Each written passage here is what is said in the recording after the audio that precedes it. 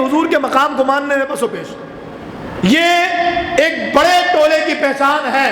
تو یاد رکھیے دلائل بالکل دوں گا, حوالے میرے پاس ہیں اور پورے دوں گا, اور میں منہ پہ چڑھ کے دوں گا انشاءاللہ. ایسا نہیں کہ بعد میں کوئی کہے یار بڑی جان مار رہے تھے, حوالہ تو ایک بھی نہیں دیا. ہم نے کہا نہیں, جان اس لیے مار رہا ہوں تاکہ آپ کو سمجھاؤں کہ معراج کسوٹی ہے. 1500 سال پہلے بھی جو بغیر کسی دلیل کے مان گیا وہ ابو بکر صدیق تھا, اور جو مٹھی میں کنکر وہ کلمہ پڑھتے دیکھ کر, سورج کو پلٹتا دیکھ کر, چاند کو ٹکڑے ہوتے دیکھ کر کے بھی نہ مانا وہ ابو جہل تھا. آج 1500 سال بعد بھی جو بغیر دلیل کے مان گئے وہ صدیق اکبر کے عاشق ہیں, اور جو دلیل کے ساتھ بھی نہ مانے وہ ابو جہل کا پیروکار. اس لیے کہ حضور کی شان میں پس و پیش کیسا, حضور کے مقام میں پس و پیش کیسا, حضور کے مرتبے کو ماننے میں پس و پیش کیسا. تو وہ لوگ جو کہتے ہیں کہ پیارے آقا صلی اللہ تعالیٰ علیہ وآلہ وسلم کو جو معراج ہوئی ہے یہ خواب میں معراج ہوئی ہے, حضور بدن ظاہری کے ساتھ تشریف نہیں لے کے گئے تھے. قرآن کہتا ہے 15واں سپارہ سورہ بنی اسرائیل, اللہ فرماتا ہے سبحان الذی اسرا بعبدہ, بولیے سبحان اللہ. پاک ہے وہ ذات, سبحان اللہ. آپ بولے نہ بولے سبحان اللہ, اللہ خود اس واقعے کا آغاز ایسے ہی کر رہا ہے, سبحان اللہ, سبحان الذی اسرا بعبدہ. پاک ہے وہ ذات جس نے اپنے بندے کو سیر کرائی. ہر ایک لفظ کمال کا. پاک ہے وہ ذات جس نے اپنے بندے کو, بولیے, سیر کرائی. جناب من پیارے آقا مسجد حرام سے مسجد اقصیٰ گئے, یہ سفر تھا یا سیر؟ قرآن کہتا ہے سیر.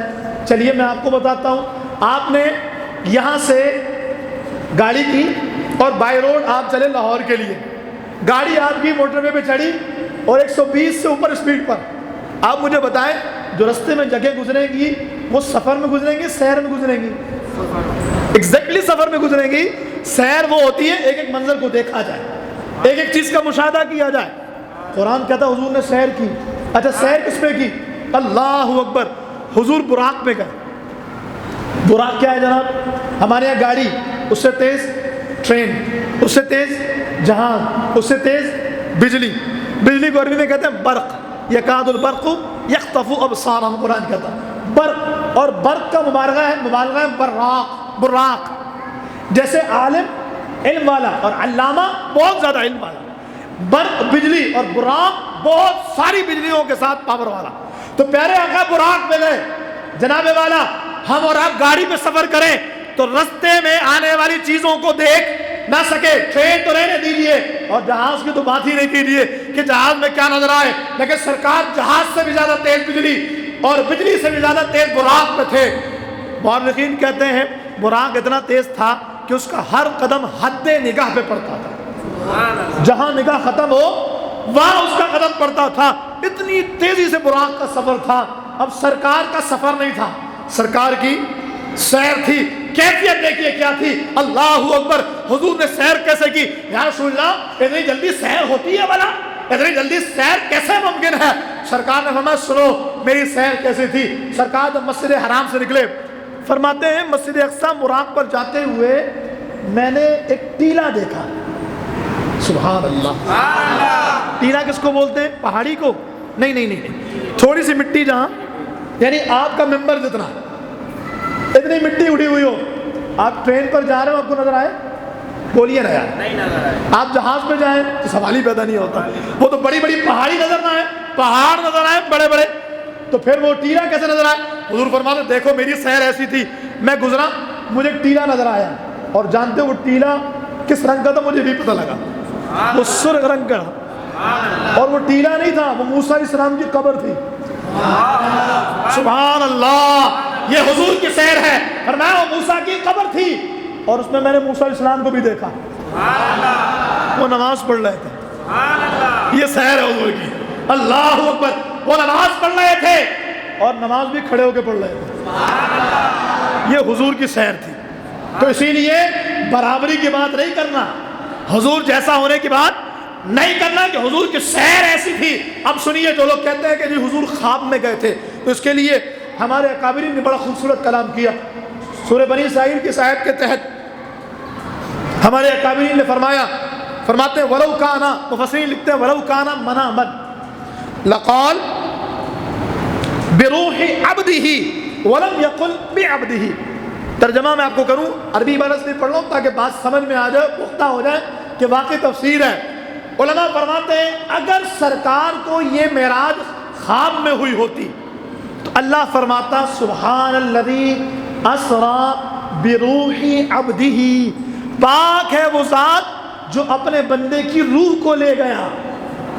لیکن اللہ نے یہ نہیں فرمایا، اللہ فرماتا ہے سبحان الذی اسریٰ بعبدہ، اور عبد کہتے ہیں روح اور جسم کے مجموعے کو۔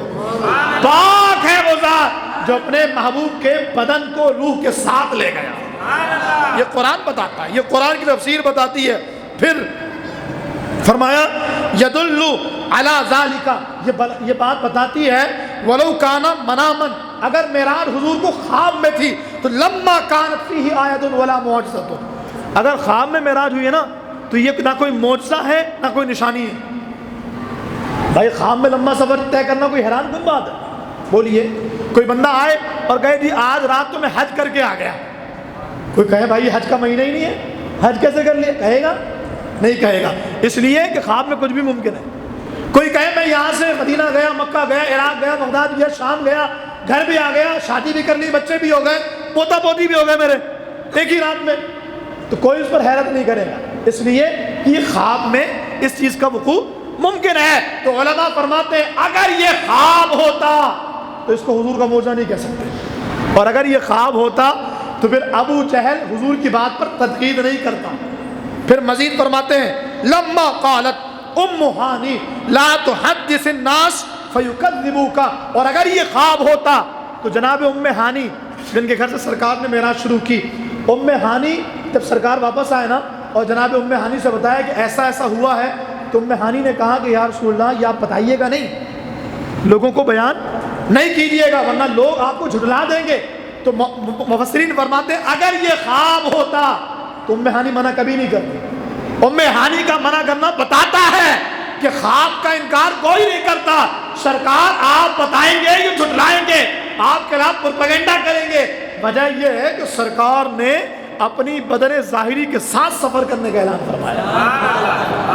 پھر امام نووی شارح صحیح مسلم، اور میں ان کا حوالہ اس لیے پیش کر رہا ہوں کہ ہو سکتا ہے باہر نکلنے کے بعد کوئی کہے جی امام صاحب نے تو ایسی بات کی ہے، حوالہ کوئی نہیں ہے، تو اس لیے بات واضح، امام نووی وہ ہیں جن کو معراج نہ ماننے والے بھی مانتے ہیں، بولیے سبحان اللہ۔ امام نووی رحمہ اللہ فرماتے ہیں والحق الذی علیہ اکثر الناس ومعظم المتاخرین من الفقہاء والمحدثین والمتکلمین، آپ فرماتے ہیں کہ آگے پچھلے سارے علماء کا اجماع اس بات پر ہے انہ اسریٰ بجسدہ، کہ سرکار اپنے بدن کے ساتھ معراج میں گئے، انہ اسریٰ بجسدہ۔ ماشاءاللہ مجھے بڑی خوشی ہو رہی ہے، اللہ آپ کے فہم کو اور بڑھائے۔ انہ اسریٰ بجسدہ، اللہ کے حبیب اپنے جسم کے ساتھ معراج کو تشریف لے گئے۔ اچھا جناب، پیارے محبوب اسلام کو معراج ہوئی اور سرکار کو معراج جاگتے ہوئے ہوئی، بدن کے ساتھ ہوئی، ٹھیک ہے مان لیتے ہیں معراج میں مسجد اقصیٰ بھی گئے، ساتویں آسمان بھی گئے، سدرہ پہ بھی گئے، لیکن حضور کو اللہ کا دیدار نہیں ہوا۔ یہ بعض لوگوں کا موقف ہے، اس بات پر بھی تابوت میں آخری کی اور سرکار کو اللہ کا دیدار ہوا۔ سنیے مجمع الزوائد جلد نمبر 1 صفحہ نمبر 69 لکھ کے اس لیے لے کر آیا ہوں تاکہ لفظ بلفظ آپ کو پڑھ کے سناؤں حدیث، اور آپ کو پتہ لگے کہ جو خام خیالی والی باتیں کرتے ہیں نا، نہیں جی معراج ثابت نہیں ہے، 27 رجب کو معراج ہوئی، یہ بات کنفرم نہیں ہے۔ بڑے اس طرح کے آپ کو کلپس نظر آ رہے ہوں گے، معراج کا کنفرم نہیں 27 رجب کو ہوئی۔ میں آپ سے کہتا ہوں آپ غور کیجیے، یہ وہی ٹولہ نہیں ہے جو کہتا ہے 27 رجب کو معراج کنفرم نہیں ہے، یہی ٹولہ 12 ربیع الاول کو کہتا ہے کہ 12 ربیع الاول کو ولادت کنفرم نہیں، یہ وہی ٹولہ ہے جو شب برات میں کہتا ہے 15 شعبان کو شب برات ہے، یہ کنفرم نہیں ہے۔ ہر معاملے میں اس کو یہی ہے، جنازے کے بعد دعا مانگو، حدیث پیش کرو، نہیں کنفرم نہیں ہے۔ آپ نماز کے بعد ذکر کریں لا الہ الا اللہ، نہیں حدیث ہے، نہیں بدعت ہے۔ یعنی یہ وہ ٹولہ ہے جس کو ہر نیک کام میں مروڑ اٹھتی ہے، ہاں نہیں اٹھتی تو پہاڑ کے پیچھے جمع ہونے پہ نہیں اٹھتی۔ وہ کام صحیح ہے جو نہ قرآن سے ثابت نہ حدیث سے ثابت، لیکن جس کام کو حدیث سے ثابت کر رہے ہیں، حوالہ دینے کی ذمہ داری میری ہے۔ کوئی چولے نہیں مار رہا کہ بعد میں کوئی کہے جی ایسی ہوا میں تھی، حوالے کے ساتھ اور دلیل کے ساتھ یہ بات کر رہا ہوں۔ پیارے آقا کو معراج ہوئی اور سرکار نے ان آنکھوں سے رب کو دیکھا۔ سنیے علامہ اسماعیل حقی تفسیر روح البیان میں فرماتے ہیں، پہلے یہ بیان کرو پھر مجموع الزوائد، روح البیان کو بھی دوسرے مانتے ہیں۔ علامہ اسماعیل حقی فرماتے ہیں ما زاغ البصر وما طغت کے ہے کہ سرکار نے جب رب کو دیکھا نہ پلک جھپکی نہ نظر بہکی۔ علامہ اسماعیل حقی فرماتے ہیں لأن الوصف البصر بعدم الزیغ یقتضی ان ذلک یقظہ۔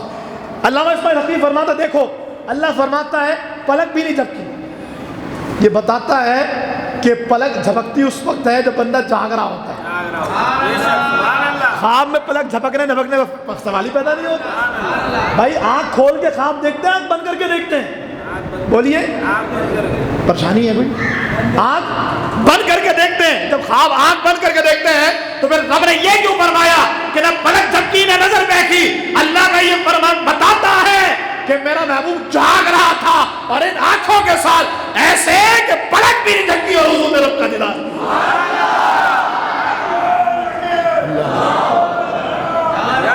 اور پلک جھپکنے کی بات اس لیے بھی کی کیونکہ 90 سپارے میں اللہ نے فرما چکا کہ جب اللہ رب العالمین کے کلیم نے اللہ سے عرض کی اللہ میں تیرا دیدار کرنا چاہتا ہوں، یا اللہ میں تجھے دیکھنا چاہتا ہوں،